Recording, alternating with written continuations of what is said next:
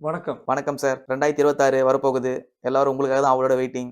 So எல்லா யங்ஸ்டர்ஸும் எப்போ புது பிசினஸ் ஆரம்பிக்கலாம்னு காத்துக்கிட்டு இருக்காங்க. ஸோ நீங்க என்ன சொல்றதுன்ற பொறுத்து தான் அவங்களுக்கு இருக்கு. 2026ல எந்தெந்த ராசிக்காரங்க புது தொழில் தொடங்கலாம் அப்படின்றத சொன்னா நல்லா இருக்கும். இதுவும் பார்த்தீங்கன்னா, இந்த ராசியை விட இந்த லக்னம் தான் ரொம்ப முக்கியம். ராசி எதுவா இருந்தாலும் லக்னம் மகர லக்னமாவோ, கும்ப லக்னமாவோ இருந்தா ரொம்ப நல்லது. லக்னாதிபதி ரொம்ப ஸ்ட்ராங்கா இருக்கணும் தொழில் செய்யணும். இல்லை என்றால் எல்லா தொழிலும் எல்லாரும் ஜெயிச்சிட முடியாது. நிறைய பேர் தொழில ரொம்ப ஓடிட்டு இருக்கும். இது நம்ம வச்சு பார்த்தா அப்படின்னா அவனுக்கு மட்டும்தான் ஓடும், எதிராளிக்கு ஓடாது. காரணம் என்னன்னா அவனோட லக்னம் பலமா இருக்கும்.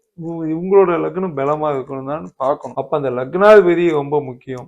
அந்த தொழில் ஸ்தானம் 9ஆம் இடமும் ரொம்ப முக்கியம். அப்படி யாருக்கெல்லாம் பலமா இருக்குதோ அவங்க எல்லாம் ஜெயிப்பாங்க. ஆனா எந்த ராசியா இருந்தாலும் இந்த லக்னாதிபதியும் பிளஸ் 9ஆம் இடமும் பார்த்து பண்ணணும். அது ஒரு நல்ல டைம் பார்த்து பண்ணணும். சுயபுத்தியில பண்ணக்கூடாது. அதே சமயத்துல இந்த ராசிகள்ல நல்ல அதிர்ஷ்டம் தரக்கூடிய ராசியெல்லாம் கடகம், சிம்மம், கன்னி, துலாம். ஆனா லக்னம் வேற மாதிரி இருக்கணும். நான் சொன்ன மாதிரி மகர லக்னமாவோ இல்ல கும்ப லக்னமாவோ தோஷம் பெறாம இருக்கணும். 9ஆம் இடம் சுத்தமா இருக்கணும். 9ஆம் இடத்துல ஒரு நல்ல கிரகம் உட்காந்துட்டு இருக்கணும். இப்படி எல்லாம் நிறைய கணக்கு இருக்குது. இருந்தாலும் இந்த ராசிக்காரங்களுக்கு இந்த வருடம் கொஞ்சமாவது தொழில் ஆல்ரெடியே பண்ணவங்களுக்கு பலன் கிடைக்கும். தொழில் எல்லா தொழிலும் எந்தெந்த தொழில் நம்ம செய்யறோமோ அதுக்கேற்ற கடவுள்களை வச்சு கும்பிடுவது ரொம்ப நல்லது. எடுத்துக்காட்டுக்கு ஒரு சாப்பாடு வைக்கிறோம்னா அன்னபூர்ணியை வச்சு போட்டோ வச்சு அந்த தொழிலை ஸ்டார்ட் பண்ணும்போது ரொம்ப நல்லா இருக்கும். டெய்லி அதுக்கு சாப்பாடு படைக்கணும் அன்னபூர்ணிக்கு. அப்படி படைக்கும்போது கண்டிப்பாக உங்களோட தொழில் முன்னேறும். நன்றி, வணக்கம். ரொம்ப நன்றி சார்.